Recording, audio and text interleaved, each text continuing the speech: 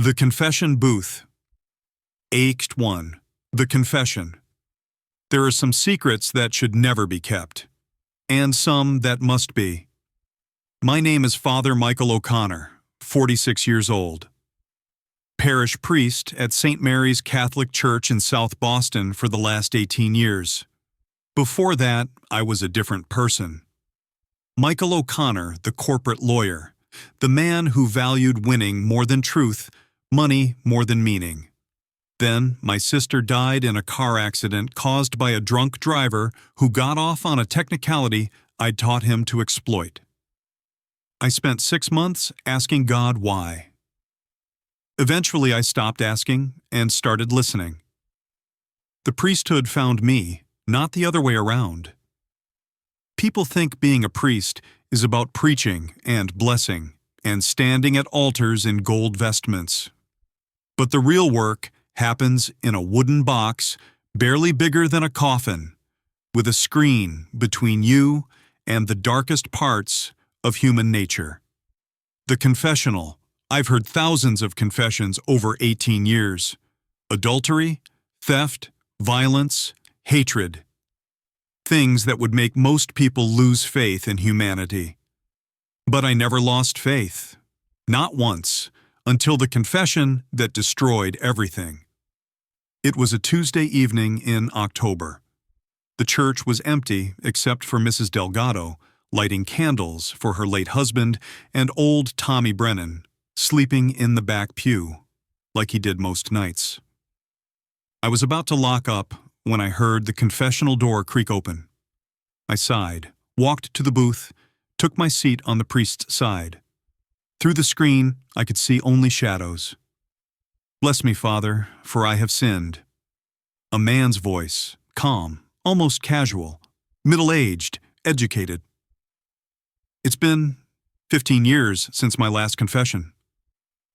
"Welcome back," I said automatically. "What brings you to confession today?" Silence, long enough that I thought he'd changed his mind. Then, "I killed a child, 15 years ago, a little boy, 7 years old." My breath caught. In 18 years, I'd never heard anyone confess to murder. "Go on," I managed. "It wasn't planned. I was angry, drunk. The boy saw something he shouldn't have, a drug deal. I panicked, grabbed him, hit him. Once, he fell, hit his head on concrete. By the time I realized what I'd done, he wasn't breathing. My hands gripped the armrests. "What did you do?" "I buried him, told myself it was an accident, that I hadn't meant to kill him." "But that's a lie, isn't it, Father?" "The moment I chose to hide the body instead of calling for help, that was the moment I became a murderer." "Where did you bury him?" A soft laugh. "You know I can't tell you that, just like you can't tell anyone what I just said. Seal of confession, sacred and inviolable. Right, Father?" My stomach turned. The seal protects penitence. But true confession requires contrition. Remorse. Do you feel remorse? "Every single day, that's why I'm here, to finally admit it, to ask forgiveness." Forgiveness requires more than admission. It requires amendment of life. You need to turn yourself in, face justice. Is that your recommendation as a priest or as a citizen? Both? But you can't make me, and you can't tell the police. Because if you do, you'll be excommunicated. Lose everything you've worked for. Your vows, your calling, your relationship with God. He was right. Canon law was absolute. A priest who violates the seal of confession faces automatic excommunication. No exceptions. Not for murder. Not for anything. "Why are you telling me this?" I asked. "Because I needed to tell someone, and you're the only person in the world who legally can't do anything about it. God can do something about it." "Can he?" "Because I've been waiting 15 years for lightning to strike. For karma. For divine justice. Nothing's happened. I'm still here. Still free. Still living my life while that boy's parents wonder what happened to their son. What was his name? Another pause. Then, Daniel Price. Look it up, Father. It was all over the news. 7-year-old boy vanishes from playground. They never found the body, never found me, and they never will, unless you break your vows. Why now? Why confess after 15 years? Because I'm dying. Cancer. Pancreatic. 6 months, maybe less. I wanted to clear my conscience before I meet whatever comes next. But I'm not ready to clear it in this world. Not yet. I have a daughter, 16 years old. She's auditioning for music school in the spring. I want to see that. Want to see her succeed before I'm gone. A daughter. He had a family, a life. While Daniel Price's family had nothing but grief and unanswered questions. Your penance, I said slowly, is to turn yourself in, to give Daniel's family closure, to face the consequences of your actions. Only then can you receive absolution. And if I refuse? Then you leave here unforgiven, still carrying that weight, still damned. He was quiet. Then, I'll think about it. The confessional door opened. Footsteps. Gone. I sat in that wooden box for 20 minutes, hands shaking, mind racing. Daniel Price, 7 years old, vanished 15 years ago. That night, I didn't sleep. I knelt in my quarters praying for guidance, for clarity, for some loophole in canon law that would let me speak. None came. At dawn, I Googled Daniel Price. The articles appeared. Boy, 7, missing since Tuesday. Search continues for Daniel Price. No new leads in missing child case. And photos. A smiling boy with gap teeth and freckles. His parents, Richard and Susan Price, at press conferences. Susan's face hollow with grief. Richard's jaw tight with fury that had nowhere to land. 15 years later, where were they now? I found Susan Price on Facebook. Still in Boston. Still posting about Daniel every year on his birthday, his disappearance anniversary. Photos of his empty bedroom, kept exactly as he'd left it. 15 years, and we still wait. If anyone knows anything, please come forward. The most recent post from last week, a video of Susan at Daniel's memorial bench in Morrison Park. She was talking to the empty air, tears streaming. I know you're out there somewhere, baby. I know you're waiting for me to find you. I'm so sorry I looked away. I'm so sorry I didn't protect you. But I'm still looking. I'll never stop looking. I closed the laptop and cried. They were still waiting, still hoping. And I knew the truth that would end that torture. But I couldn't tell them. Ached too the parallel lives. Over the next 3 days, I tried everything. I researched canon law, called the diocese legal counsel, even contacted Father Vincent, a moral theology professor I'd studied under in seminary. Everyone said the same thing. The seal of confession is absolute, no exceptions. Even for murder, I'd asked Father Vincent. Especially for murder, the seal exists precisely for the worst sins. If people can't trust absolute confidentiality, they won't confess. And without confession, there's no path to reconciliation with God. But what about reconciliation with the victim's family? That's between the penitent and God. Your role is to guide toward repentance, not to enforce earthly justice. But earthly justice mattered. It had to. On the 4th day, he came back. Same time, same confessional. Bless me, Father, for I have sinned. I recognized the voice immediately. Have you turned yourself in? No, but I've been thinking about what you said, about penance, about amendment of life. And I want to tell you more, so someone knows the whole truth. My name is Robert Chen. I'm 41 years old. I have a daughter, Rebecca. She's the light of my life. Everything I did, the dealing, the mistakes, I did to provide for her after her mother left us. He was giving me his name, making himself real. The day Daniel died, I was at Morrison Park selling prescription pills.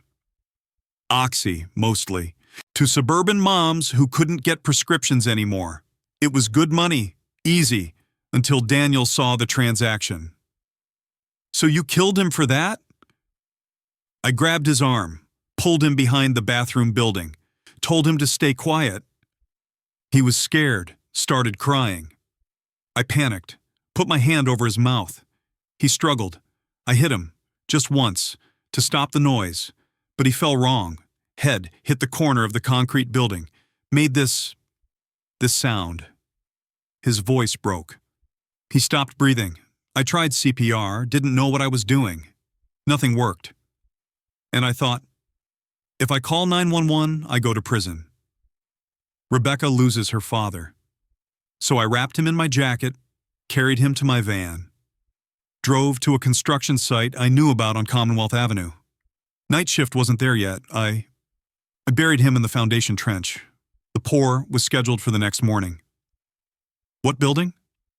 I can't tell you that, not yet. But I will. Eventually. I promise. When? 6 months. I need 6 months to see Rebecca's audition, to get my affairs in order, to say goodbye without her knowing I'm a murderer. How long does Rebecca have you? Silence. Then, the doctors say 4 to 8 months, maybe less. The cancer's aggressive. Tell the police.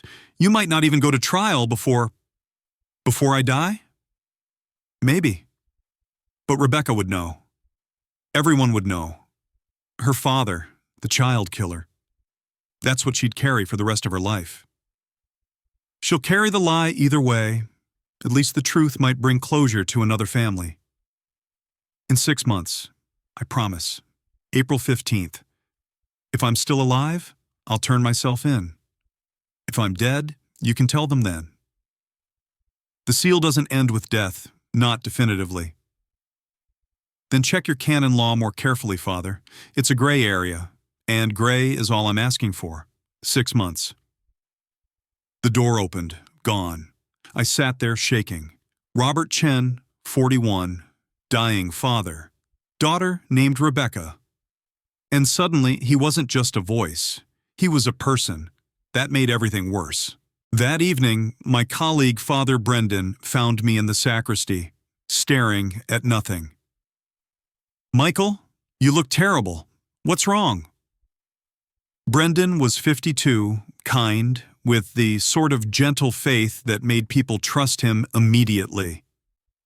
We'd worked together for 8 years. He was the closest thing I had to a friend. Just tired. You've been just tired for a week now. Talk to me. I can't. Seal of confession? I nodded. Brendan sat beside me. I've been there. Someone confesses something awful and you're stuck carrying it alone. It's the hardest part of this job. How do you live with it? I remember that my job isn't to fix everything. It's to offer God's mercy.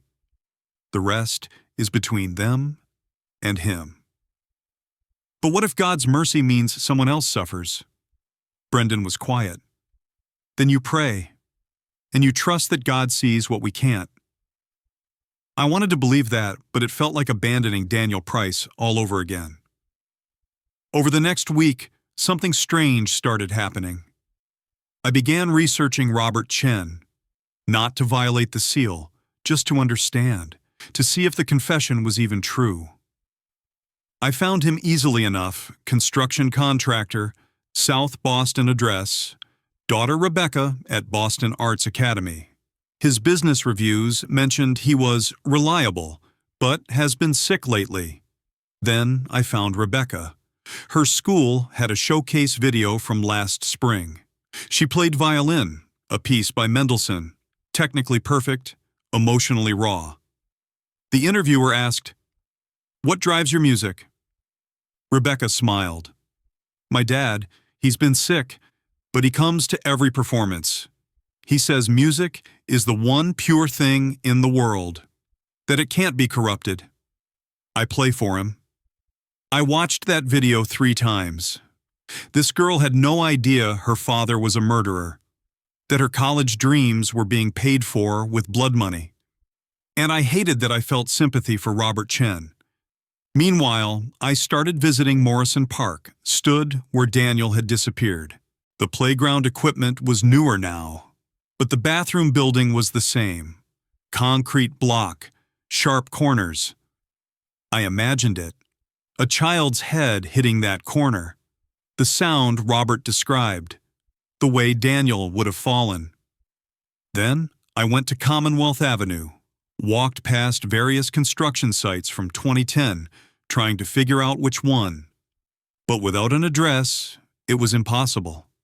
At night, I'd dream about Daniel, about his parents searching, about Robert Chen watching Rebecca play violin while a child's body lay beneath a building somewhere. And I'd wake up knowing I had to do something. But what? 2 weeks after the second confession, I made a decision that would change everything. I called someone I thought might help without breaking the seal. Detective Sarah Reeves, homicide, Boston PD.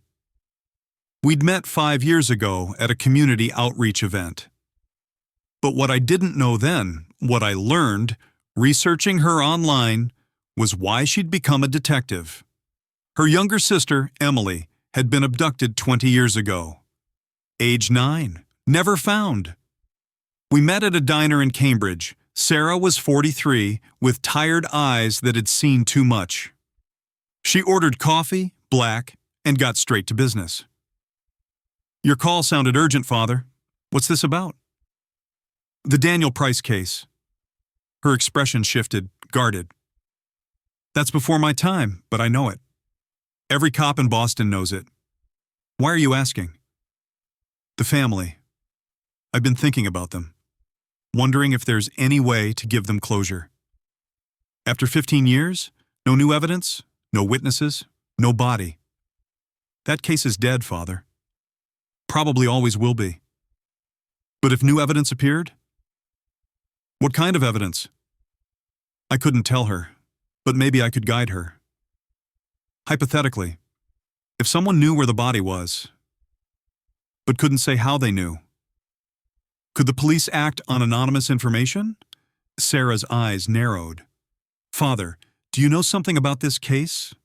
Hypothetically?" "Stop. If you have information about a crime, withholding it is obstruction, even for priests. Under seal of confession, I can't reveal." She sat back. Understanding dawning. "Jesus Christ, someone confessed to you." I said nothing. "And you can't tell me because of priest-penitent privilege?" "It's not privilege, it's sacramental seal, absolute." "Even for a murdered child?" "Even then." Sarah was quiet for a long moment. When she spoke again, her voice was different, softer, more personal. "When my sister Emily was taken, we searched for 2 years. Volunteers, police, FBI. My parents put up a reward, did TV interviews, hired private investigators. Nothing. She just vanished. And we never knew if she suffered, if she was scared, if she called for us." She looked at me with eyes that had cried too many tears. "My mom died 5 years ago, heart attack." "But really? Broken heart. She never stopped waiting for Emily to come home. And that waiting, that not knowing, it destroyed her. Killed her just as surely as whoever took Emily. I'm sorry. Susan Price is my mom, different name, different kid, but same pain. And you're telling me you could end that pain, but you won't because of some rule? It's not just a rule. Then what is it? Because from where I sit, it looks like you're choosing your job over a child's memory, over a family's right to bury their son, over justice. I'm trying to find a way to honor both. There isn't a way, Father. You know that. You either break your vows or you let a killer walk free. And here's what really keeps me up at night. What if he kills again? That thought had haunted me too. He said it was an accident. They always say that, but child killers don't usually stop at one, especially if they got away with it. Even if it was an accident, even if he never meant to kill Daniel. What if he's in another situation where he panics? What if another child dies because you stayed silent? My world crumbled a little more. Sarah leaned forward. I respect your beliefs, but you have a moral obligation beyond canon law. Don't let dogma blind you to what's right. She left money on the table and walked out. I sat there until my coffee went cold, knowing she was right, and hating that there was no good choice. Ached 3. The doubt. Over the next month, I fell apart slowly, stopped sleeping more than a few hours a night, stopped eating regularly, lost weight. My parishioners noticed. Mrs. Delgado cornered me after Sunday Mass. "Father Michael, you're wasting away. What's wrong?" "Nothing, just tired." Don't lie to a woman who raised 6 children. I know when someone's carrying a burden. Whatever it is, give it to God. I'm trying. Try harder, or at least eat something. She pressed a container of homemade lasagna into my hands. And come to dinner this week. My grandson's visiting from Chicago. He's a therapist. Maybe talking to him would help. I appreciate it, but that wasn't a request, Father. I went to dinner 2 nights later. Mrs. Delgado's grandson, Marcus, was indeed a therapist, clinical psychologist specializing in moral injury and PTSD. Over pasta and wine, more wine than I should have had, Marcus noticed my distress. "Mrs. Delgado tells me you're struggling, Father. I know you can't discuss specifics, but if you need someone to talk to professionally, I'm fine." You're not. And I say that as someone who's worked with combat veterans, first responders, people carrying impossible burdens. You have all the signs of moral injury, psychological distress caused by actions or inactions that violate your moral code. I haven't done anything. Inaction can be just as traumatic as action. Sometimes more so, because you torture yourself with the what-ifs. He was right. Every night I lay awake thinking, what if I told? What if I stayed silent? What if Robert kills again? What if Rebecca discovers the truth and hates her father? What if Susan Price dies never knowing? If you can't act, Marcus continued, and you can't let go of the need to act, you're trapped. That trap will destroy you eventually. Trust me, I've seen it. So what do? Find a way to honor both values, your vows and your conscience. And if that's impossible, choose the one you can live with losing, because you're going to lose one of them either way. That conversation stayed with me. On December 1st, Robert Chen came back to confession. "Bless me, Father." "What do you want now?" I interrupted. "Just to talk. It's lonely, this secret. Even Rebecca doesn't know, especially Rebecca. She thinks I'm just sick, doesn't know I'm a murderer. You could tell her the truth. And destroy her? No, she's applying to Berklee College of Music, full scholarship. If she finds out about me, that all falls apart, her whole future. What about Daniel Price's future? You destroyed that." Silence, then. "I know, and I'm sorry, but I can't undo it. I can only try to do better going forward. Make sure Rebecca has the life I stole from Daniel." That's not how it works. Isn't it? Redemption? Making amends? That's what your religion teaches, right? Redemption requires contrition, real contrition, and turning yourself in. In 6 months, I promised. But Father, I need to tell you something else. Something that might change your mind about staying silent. My stomach dropped. What? I'm not the only one. There's someone else in this parish who's done something terrible. Someone you trust. Someone who confesses to you regularly. And they're going to do it again unless you stop them. Who? I can't tell you. Seal of confession, remember? But maybe you should pay closer attention to the confessions you hear. Maybe you're carrying more secrets than you realize. The door opened. He was gone. I sat there, heart pounding. Was he lying? Manipulating me? Or was there really another dangerous person confessing to me? That night, I went through my mental catalog of regular penitents. Tried to remember their confessions, looking for patterns, for warning signs. But confessions blur together after years, and without names attached to voices behind screens, it was impossible to know. Was Robert playing mind games? Or was I ignoring another crime in progress? The next Sunday, I gave a terrible homily. Stumbled over words, lost my place. Parishioners exchanged concerned looks.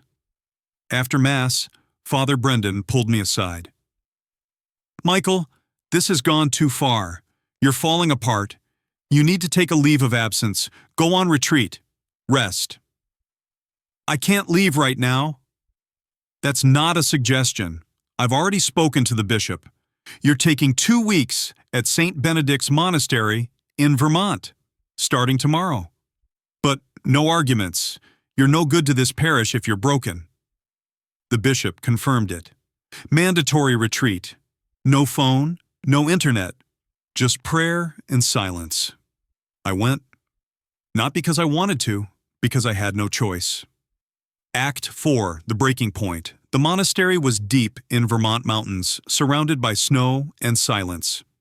The monks lived by a strict schedule: lauds at dawn, Mass, contemplative prayer, meals in silence, vespers at dusk.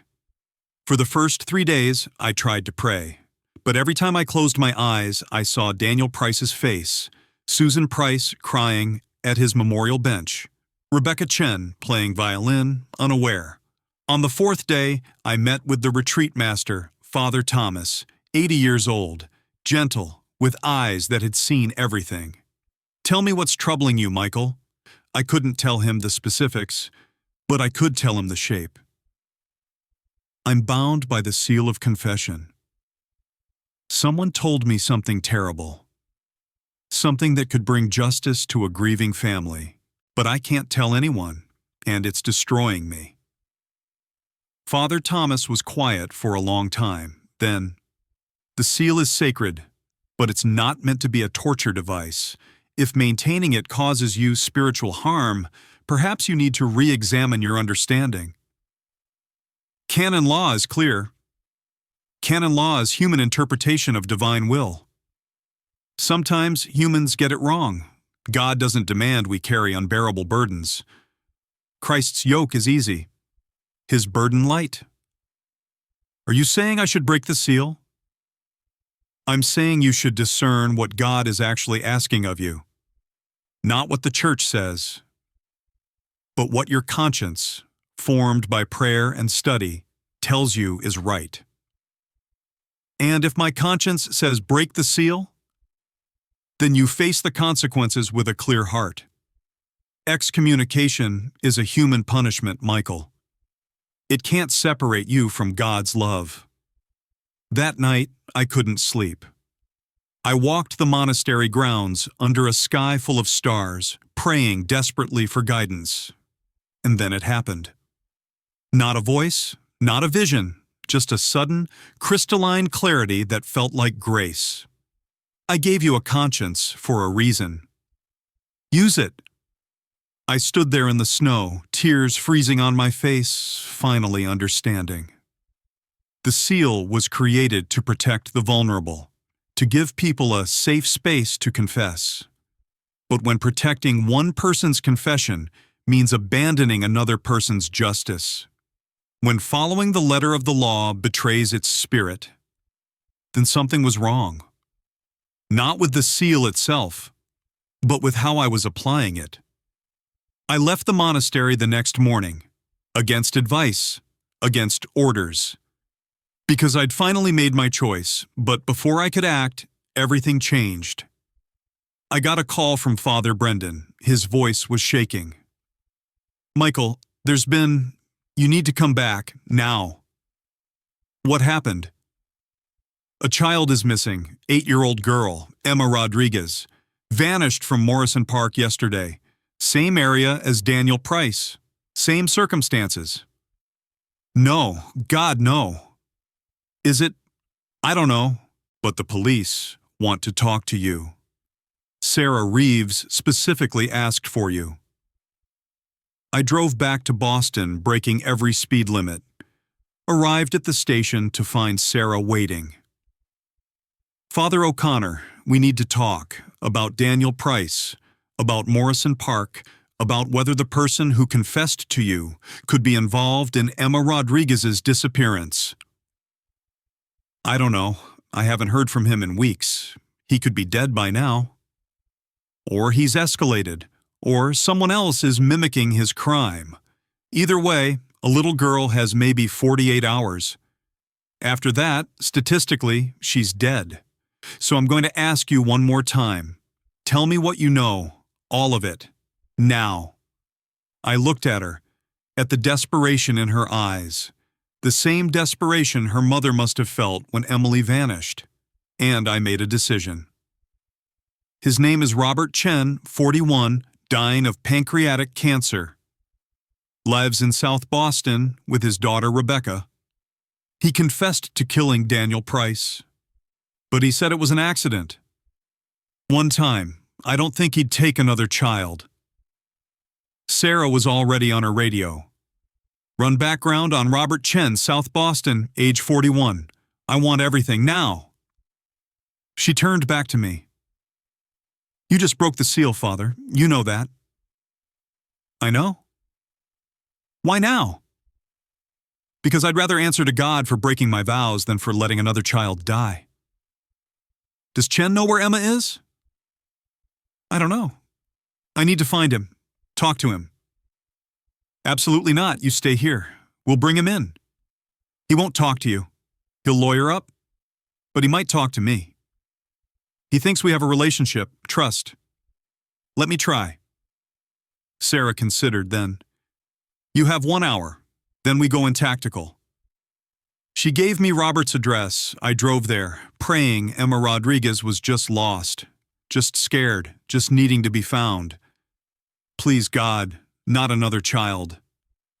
I knocked on Robert's door, no answer. Knocked again, harder. The door opened. Robert Chen stood there, gaunt, skeletal, clearly dying. "Father O'Connor, I didn't expect to see you. Where is she?" "Who?" "Emma Rodriguez, the girl from Morrison Park. Where is she?" His face went pale. "I don't know what you're talking about." "A child is missing. Same place Daniel died. Same circumstances. If you took her, if you hurt her, tell me now so we can save her."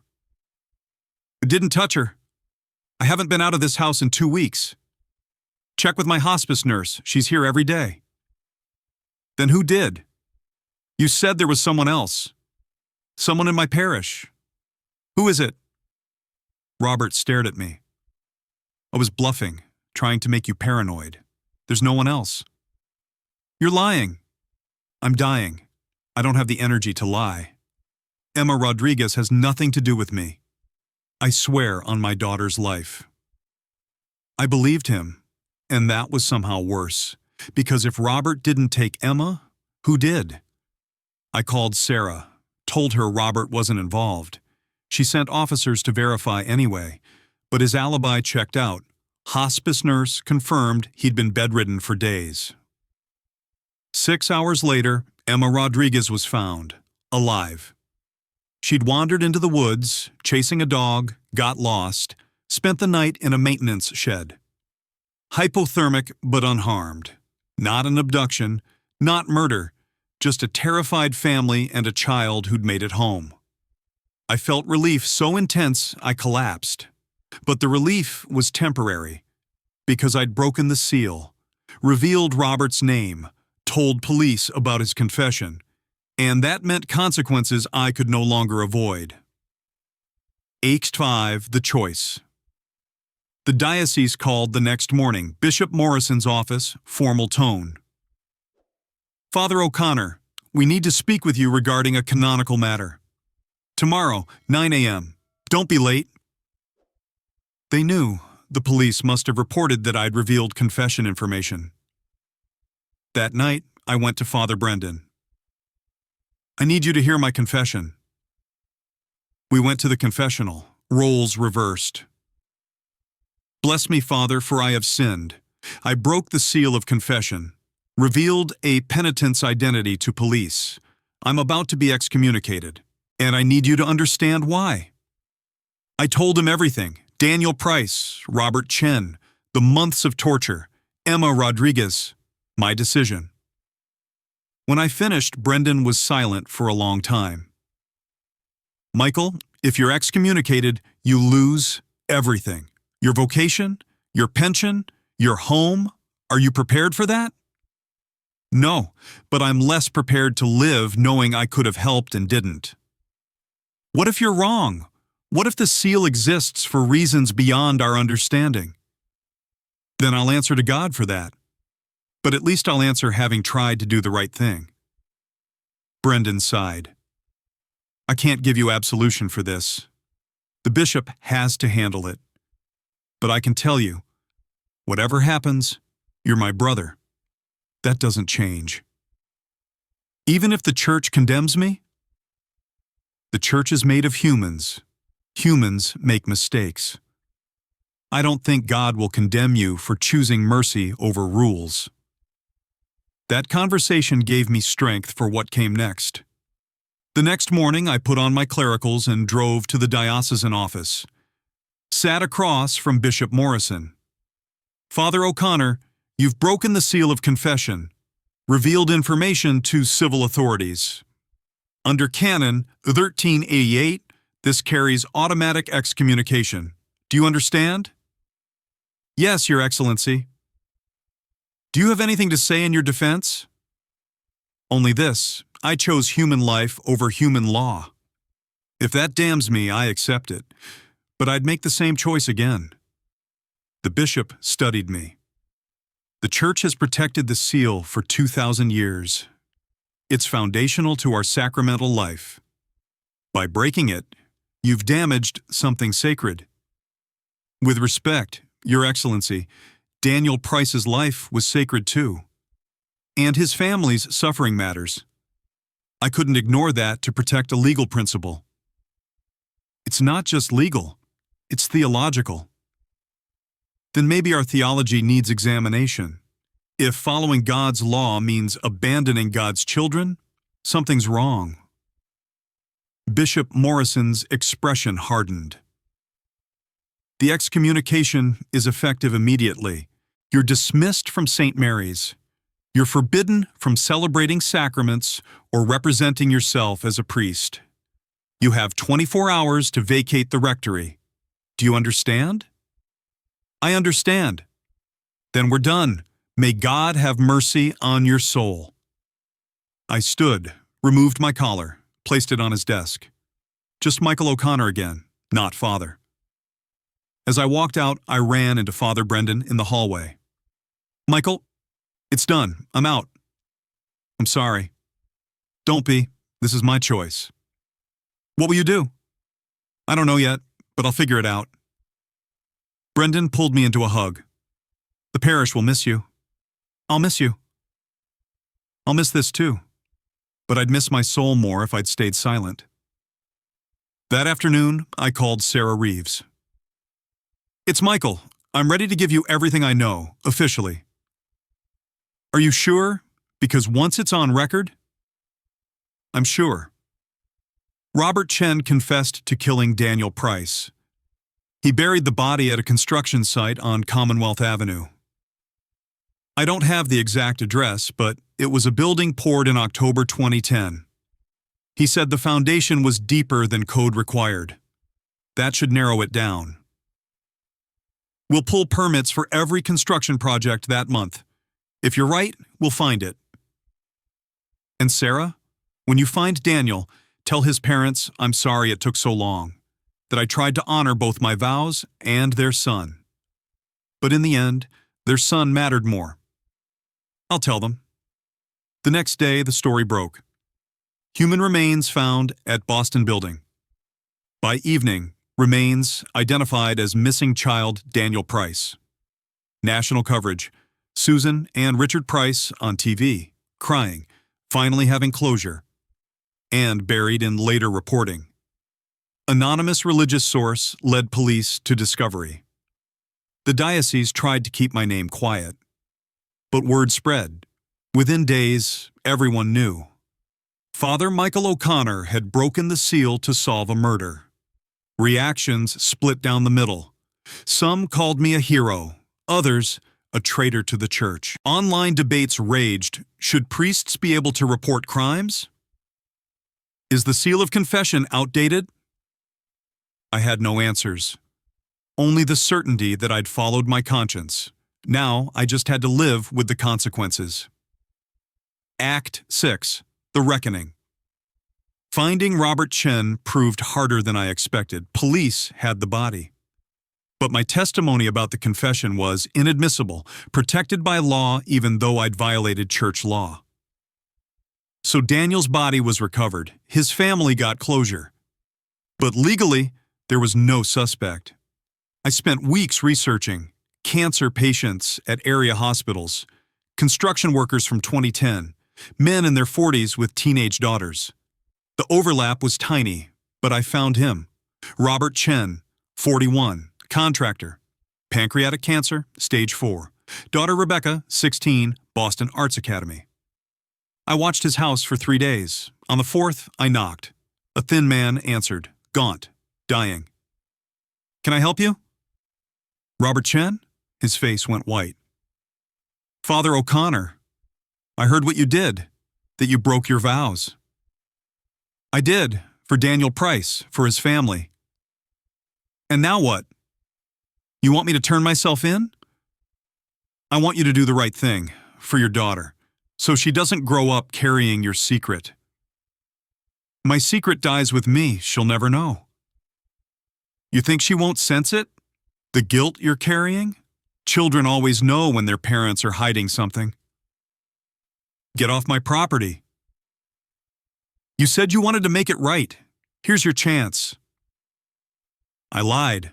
I'm dying anyway. Why spend my last months in prison? Because it's the legacy you leave. What do you want Rebecca to remember? A father who got away with murder? Or a father who finally did the right thing? He stared at me.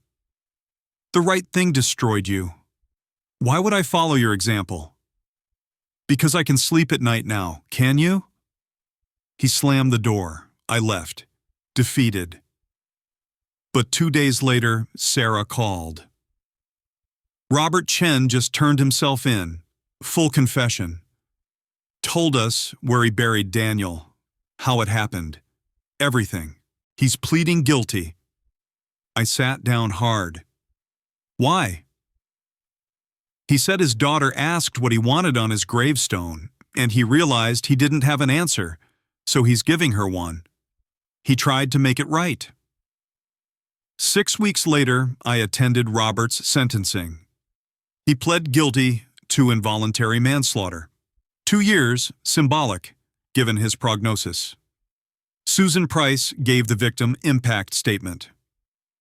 For 15 years, we didn't know where our son was, whether he suffered, whether he was alone. Now we know. He's home. We buried him last month. And while nothing brings him back, we have peace. So thank you, Mr. Chen. And thank you, Mr. O'Connor, for making sure the truth came out. After sentencing, she found me outside. Mr. O'Connor, I heard what you sacrificed. Your priesthood, your life's work. I know you don't want thanks. I don't need thanks. I needed to do the right thing. Well, we're grateful. Daniel would be too. She hugged me, and for the first time, I felt peace. 3 months later, Robert died in prison. His funeral was small. Rebecca spoke. My dad made a terrible mistake, and he spent his last months trying to fix it. He taught me that it's never too late to choose honesty. That's his legacy. Not the mistake, the choice to make it right. I sat in the back, tears streaming. After, Sarah found me. What now?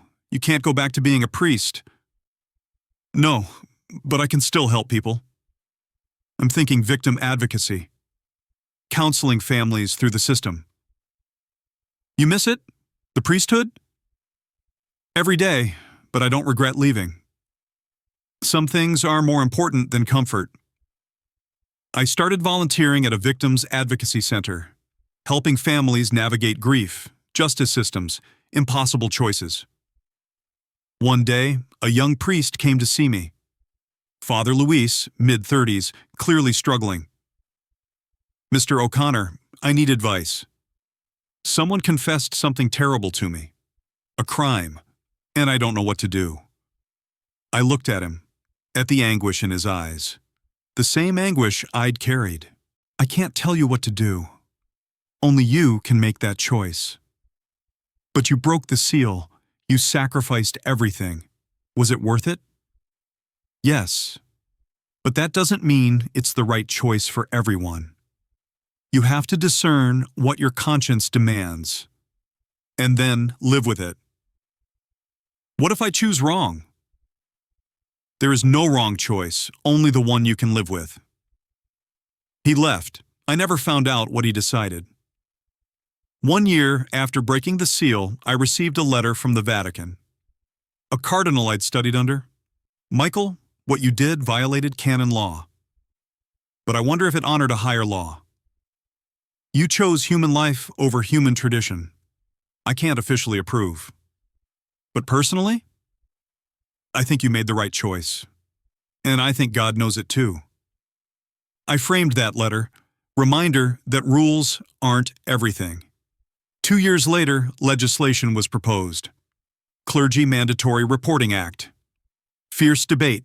Religious leaders opposed. Victims advocates supported. I was interviewed. Would you do it again? Yes, because the seal was created to help people find God. But if maintaining it enables evil, we've lost sight of what it was meant to protect. Do you still believe in God? Every day, but I believe He'd rather I lost my collar than my conscience. 5 years after breaking the seal, the Prices invited me to Daniel's memorial, small gathering at his grave. Susan approached after. Michael, thank you for seeing our son as more important than rules. She handed me something, a medal, St. Michael the Archangel. I'm not a priest anymore. You're wearing it as someone who fought for what was right. Michael, the man.